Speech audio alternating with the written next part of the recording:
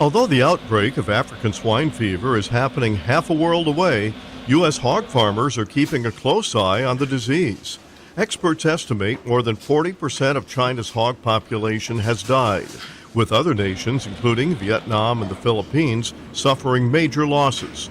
Minnesota Pork Executive Director Dave Preisler says the U.S. pork industry is working hard to keep the disease from coming to the U.S.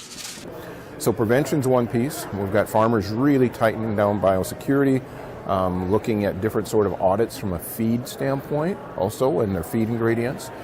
And then the other piece we're looking at is, if, for example, it did get here, how would we react to it? And so that ends up being the whole preparation piece. We've spent hours and hours and hours over the last several months working on that. The disease is spread through pig-to-pig contact or through contaminated manure or feed ingredients. African swine fever affects only hogs and presents no danger to humans or the food supply. And this is strictly a disease of pigs. Has zero impact on people, on any other species of animal. And then the other thing is that from a food safety standpoint, there is no issue. This is not a new virus. It's been around and been identified in the world for over 100 years. So if there were an issue, we would know it by now, that there is no food safety issue here. Taking steps to prevent the introduction of African swine fever in the U.S. adds another layer of stress to hog production, but there is a silver lining.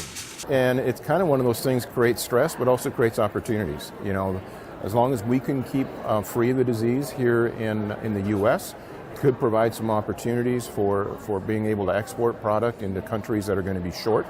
But without a doubt, it is one of those things that you just kind of add on to the pile, so to speak, from a stress standpoint as far as the farmer is concerned.